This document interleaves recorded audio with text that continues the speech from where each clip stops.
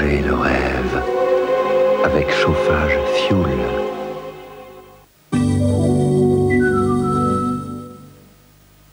Homme, exclusivement homme. Pour les cheveux des hommes, L'Oréal crée Formule Homme aux oligo-éléments. La force des oligo-éléments pour la résistance des cheveux. Le shampoing tonifie. La lotion revitalise le cheveu à la racine. Le concentré actif dynamise la croissance du cheveu. Il régénère. Jour après jour, avec Formule Homme, gardez toute la force de vos cheveux.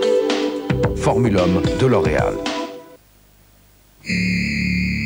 Marne-la-Vallée, Paris-Notre-Dame à 20 minutes. Roissy et Orly à 20 minutes.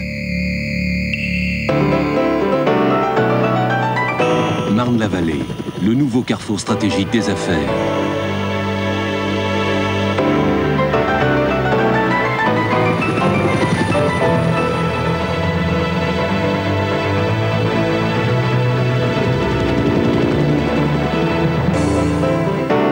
Chef d'entreprise, appelez-nous au 64 62 04 04. Vous serez notre invité personnel pour découvrir Marne-la-Vallée en hélicoptère. Marne-la-Vallée, les grands s'y retrouvent.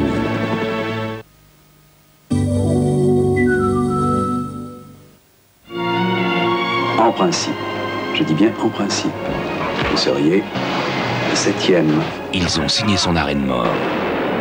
Il est le 7e sur la liste. Mais qui sont-ils? Pour le moment, est-il un suspect? Moi. Je vous écoute. Je vous revends votre vie, voilà, c'est simple.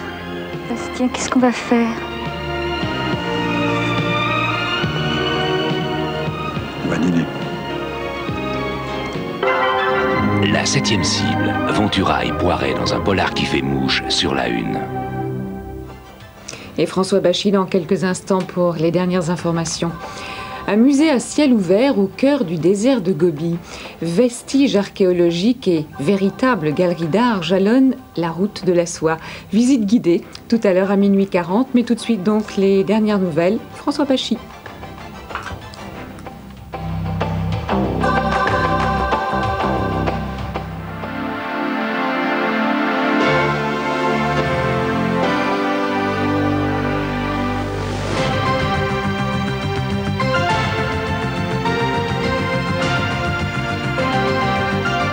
Bonsoir, c'est chose faite. Depuis 20 minutes, la frontière s'est ouverte pour les quelques 6000 Est-Allemands réfugiés en Hongrie. Ils sont en train de passer à l'ouest, et ce le plus légalement du monde, destination le pays de leur choix, c'est-à-dire l'Allemagne de l'Ouest. Cette opération devait avoir lieu la semaine dernière, mais elle avait été annulée au dernier moment. Cette fois, les autorités hongroises ont dit oui, et le chancelier ouest-allemand Helmut Kohl les a déjà remerciés de tout cœur.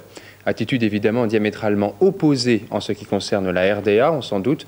Selon l'agence de presse officielle, il s'agit là d'une immixtion dans les affaires intérieures de l'Allemagne de l'Est. Véronique Lafont. La liberté enfin, ils partent, quittent la Hongrie et ses camps. Destination, l'Allemagne de l'Ouest, un pays dont ils connaissent la langue, où souvent ils ont déjà de la famille. Dès minuit, 3 postes frontières ont été spécialement ouverts entre l'Autriche et la Hongrie. Et ce soir, pas besoin de visa. De l'autre côté, en Bavière, tout est prêt pour les recevoir. Des tentes ont été dressées, casernes, hôpitaux, écoles sont également aménagés pour les héberger. Budapest a donc finalement accepté cet exode, le plus important depuis la construction du mur de Berlin en 1961. Un véritable camouflet pour la RDA. En effet, des accords existants entre pays frères du bloc socialiste prévoient de renvoyer chez eux les ressortissants des pays de l'Est en situation irrégulière. L'affaire pourrait bien prendre de l'ampleur. Ce soir, le ministre hongrois des Affaires étrangères a annoncé la présence dans son pays de quelques 60 000 ressortissants est-allemands. Selon Bonn, d'ici l'an 2000, 2 millions de personnes passeront à l'ouest. Collision sur le Danube en Roumanie, 164 personnes sont toujours portées disparues. Un navire de passagers roumain a heurté un remorqueur. Pour l'instant, seulement 18 personnes ont été secourues. Tension toujours dans les territoires occupés par Israël, en Cisjordanie et à Gaza. 5 Palestiniens ont été tués par des soldats israéliens. Par ailleurs, à la frontière libanaise, un soldat israélien et un combattant ont été tués ce matin. Commentaire avec Laurent Aubaine, qui évoque aussi l'Afrique du Sud et l'Algérie. Interception par l'armée israélienne d'un commando armé sur les hauteurs du Golan. Près de la frontière libanaise, un soldat israélien et un homme armé ont été tués lors de l'échange de tirs. L'attaque a été revendiquée depuis Beyrouth par le Front populaire de libération de la Palestine.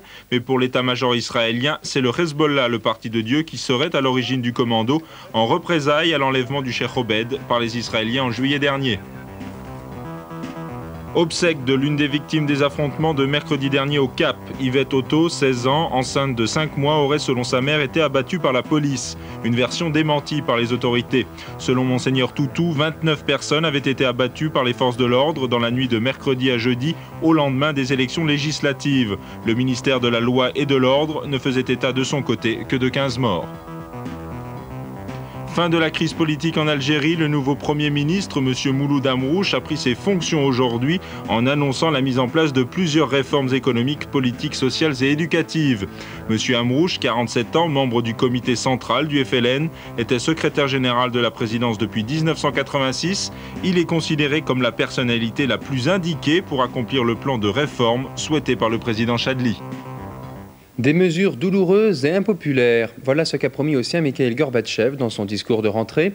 Il s'agit d'assainir l'économie, mais l'opération Vérité sur les prix, pourtant plus que jamais nécessaire en URSS, bute toujours sur les risques d'agitation sociale. Les partis de l'opposition ont enfin terminé leurs universités politiques d'été. Dernière rencontre en commun ce matin à Canet-en-Roussillon, dans les Pyrénées-Orientales, pour le RPR et le Parti républicain. Les états-majors vont maintenant pouvoir mettre un peu d'ordre dans les déclarations dont le thème central était l'union. Mais en fait de stratégie d'union prônée par les différents leaders, l'œil avisé de Jean-Michel Carpentier a surtout vu des stratégies personnelles. L'union, pourquoi faire? Partir à la reconquête de l'opinion publique, prendre le pouvoir aux prochaines législatives et surtout gagner les présidentielles de 1995. Les universités d'été de l'opposition ont été l'occasion de repréciser les ambitions de chacun. À peine rentré de vacances, Jacques Chirac a mis les choses au point. 1 an et demi après les présidentielles, il rejoint Valéry Giscard d'Estaing dans sa préoccupation de mener à bien l'union de l'opposition. Loin des clivages politiciens au-dessus des partis, le président du RPR laisse à Alain Juppé le soin de réorganiser des militants déjà impatients. Le jeu est devenu plus difficile pour François Léotard. En raison de la faiblesse de son parti, le leader libéral est contraint d'emprunter la voie parlementaire. À la fois gêné par l'autorité de Valéry Giscard d'Estaing et par les ambitions centristes, Léo souffre pour sortir de sa condition de chef de parti loin des hautes sphères où se tiennent Giscard et Chirac. Donc chacun à sa place, la course à l'union est lancée dans l'opposition. Elle risque pourtant de se limiter au choc des ambitions personnelles. Le prix Nobel de la paix, Elie Wiesel, était ce soir l'invité d'Anne Sinclair à 7 sur 7. Il a ainsi pu réagir aux propos antisémites de Claude Autant-Lara. Pour Elie Wiesel, qui s'est déclaré profondément choqué, le cinéaste doit être rayé de la Légion d'honneur. Nimenio II ne pourra vraisemblablement plus toréer. Le toréo français le plus connu, celui qui cette année était arrivé au plus haut de sa gloire, a été gravement blessé cet après-midi dans les arènes d'Arles. Ce soir, Nimenio II est opéré à l'hôpital de la Timone à Marseille, où il se trouve entre la vie et la mort. Le pronostic vital et fonctionnel est réservé, disent les médecins. La Fissionne va devoir se séparer de l'un de ses éléments les plus valeureux. Alex Panzani. La corrida que tout le monde attendait aujourd'hui à Arles, non seulement en raison d'un cartel de choix avec Nimène, Mendès et Elboni, mais aussi des taureaux de Miura, élevage redouté dont la réputation n'est plus à faire et qui, hélas, allait pleinement la justifier. D'abord, 2 chevaux seront renversés, mais le drame va se jouer au 4e taureau, le 2e pour Nimène, toujours aussi élégant et courageux, qui planta lui-même les banderilles à la demande du public. L'accident s'est produit au début de la faène. Nimène est ici accroché, puis violemment projeté au sol avant d'être secouru. On revoit la scène au ralenti. Le matador n'a pas été blessé par les cornes, mais il est lourdement retombé sur la tête. Une chute qui a, semble-t-il, provoqué des lésions au niveau des vertèbres cervicales. Il a été transporté dans le coma au service de neurochirurgie de l'hôpital de la Timone à Marseille. Le sport maintenant, la Coupe du Monde du 400 mètres s'est envolée pour la Française Marie-Josée Pérec à Barcelone et la coupe a été envoyée par Alain Prost à ses fans sur le circuit de Monza. En moto, un bol en or pour Honda, le tout amené sur un plateau d'argent par François Pécheux et Laurent Aubaine.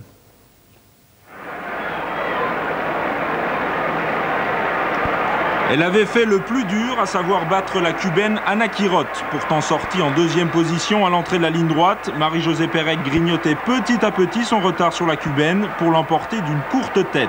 Mais c'était sans compter sur la vigilance des juges arbitres. La jeune Française est disqualifiée pour avoir mis le pied hors de son couloir sur 3 foulées dans le dernier virage.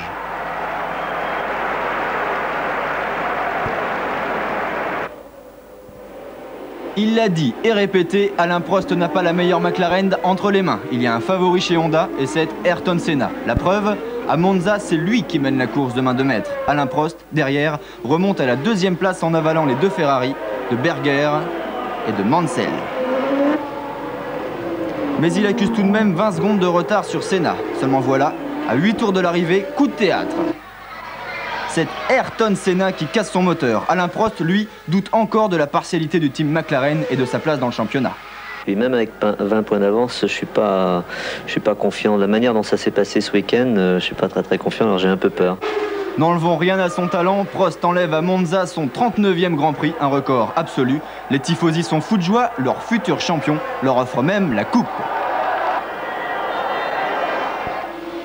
53e bol d'or et Honda maître du jeu pour la 14e fois. Honda qui place 7 de ses motos dans les 9 premières. Les vainqueurs, Vieira, Mattioli et Burnett, un équipage franco-britannique. Ils ont couvert 3558 km à la moyenne de 150 km/h.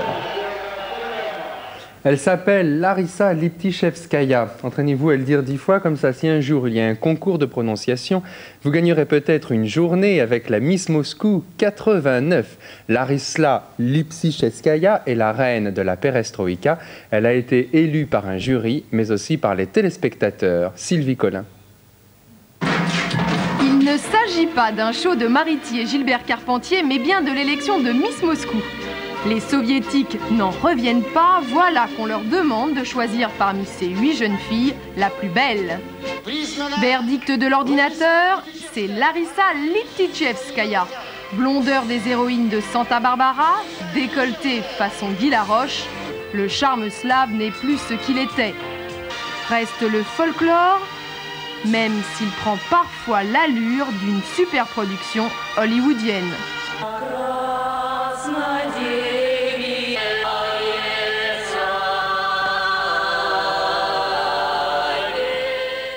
Le dîner de gala de clôture du festival est en train de s'achever à Deauville. Les films retournent dans leurs boîtes. Les stars quittent les boîtes de la côte. Depuis 10 jours, vous avez pu tout voir et tout entendre grâce à Pierre Géraud, Alain Beverini, Gilles Boulot et Guylaine Chenu, le reflet d'un bon cru du cinéma américain. Ouverture de la chasse aux stars, 9 jours par an à Deauville. D'interviews express en séance photo musclée, la mémoire d'Hollywood à travers 5 stars d'exception. Les photographes, s'il vous plaît.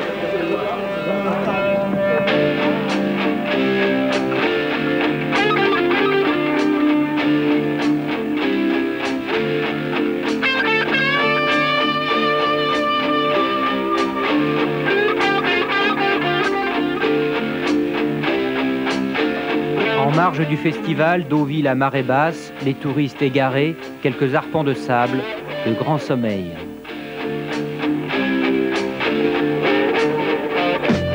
L'électrochoc enfin, avec Batman présenté en avant-première, Deauville succombe